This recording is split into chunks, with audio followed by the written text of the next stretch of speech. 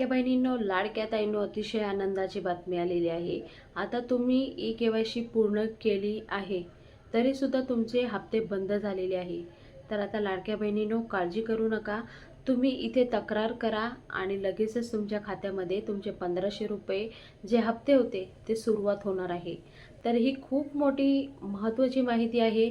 सविस्तर जाणून घेऊया आणि कशा प्रकारे तुम्ही अर्ज करायचा आहे आणि ते अर्ज केल्यानंतर तुमचे हप्ते चालू होणार आहे. तर आपण समजून घेऊया व्यवस्थित माहिती.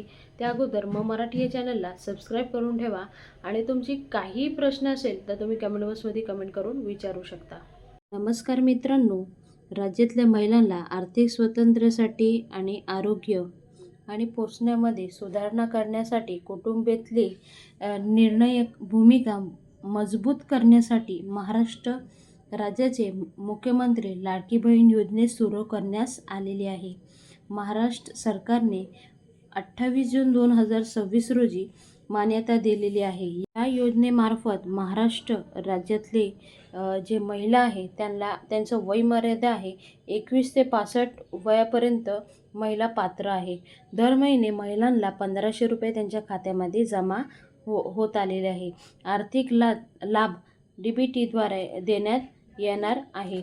मात्र या योजनेचे निकषात न बसलेल्या महिलांना लाभ देण्यास बंद केलेले आहे. त्यानंतर सरकारने सर्व लाभार्थींना ई-के-वाय-सी करणे बंधनकारक केलेले आहे. पण पात्र असलेल्या तसेच ई-के-वाय-सी केल्यानंतरही काही महिलांच्या खात्यामध्ये पैसे जमा झालेले नाही आहेत. अशा परिस्थितीमध्ये नेमकं काय करावं असा लाडक्या बहिणीला प्रश्न येत होता. तर आता ते कुठे ना कुठे सॉल्व्ह होणार आहे. हप्ता बँकेत जमा न झाल्याने काय करावं? अनेक महिला या योजनेच्या निकषात बसत आहे तरी त्यांना हप्ता मिळालेला नाही आहे. तर ई-के-वाय-सी सुद्धा त्यांनी केलेली आहे. पात्र असूनसुद्धा त्यांना हप्ता नाही मिळाला तर त्यांनी सर्वात अगोदर अशा महिलांनी काळजी करू नका. या महिलांना या संदर्भात तक्रार नोंदवू शकतात. कशा प्रकारे? तर नारी शक्ती ॲप आहे, त्यामध्ये जायचं आहे. प्रोफाईल ओपन करायची आहे. तुमचं लॉग इन करून घ्या. लॉग इन केल्यानंतर अर्जावर जायचं आहे. क्लिक करून आपल्याद्वारा सबमिट केलेले संपूर्ण अर्ज यादी पाहू शकता. त्यामध्ये ॲप्रूव्ह, डिसॲप्रूव्ह, पेंडिंग, रिजेक्ट असे ऑप्शन दिलेले आहे. आणि लाभार्थींना हे नाव, मोबाईल नंबरसुद्धा पाहता येतील इथे. तसेच जिल्ह्याचे महिला बालविकास विभागात कार्यालयात सुद्धा थेट देऊन तुम्ही आपल्या ह्या तक्रारी नोंदवू शकता.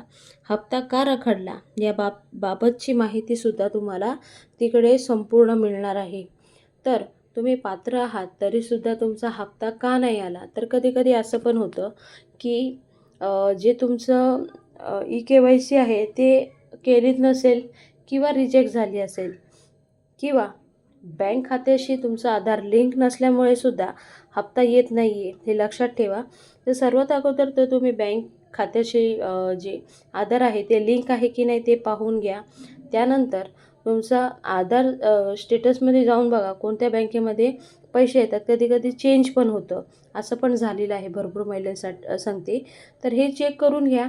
हे झाल्यानंतर तुम्ही नारी शक्ती ॲपवर जाऊन अशा प्रकारे तुम्ही तुमची तक्रार नोंदवू शकता. महत्त्वाची माहिती आहे, जास्तीत जास्त पुढं प्रत्येक लाडक्या बहिणींपर्यंत पोहोचवा.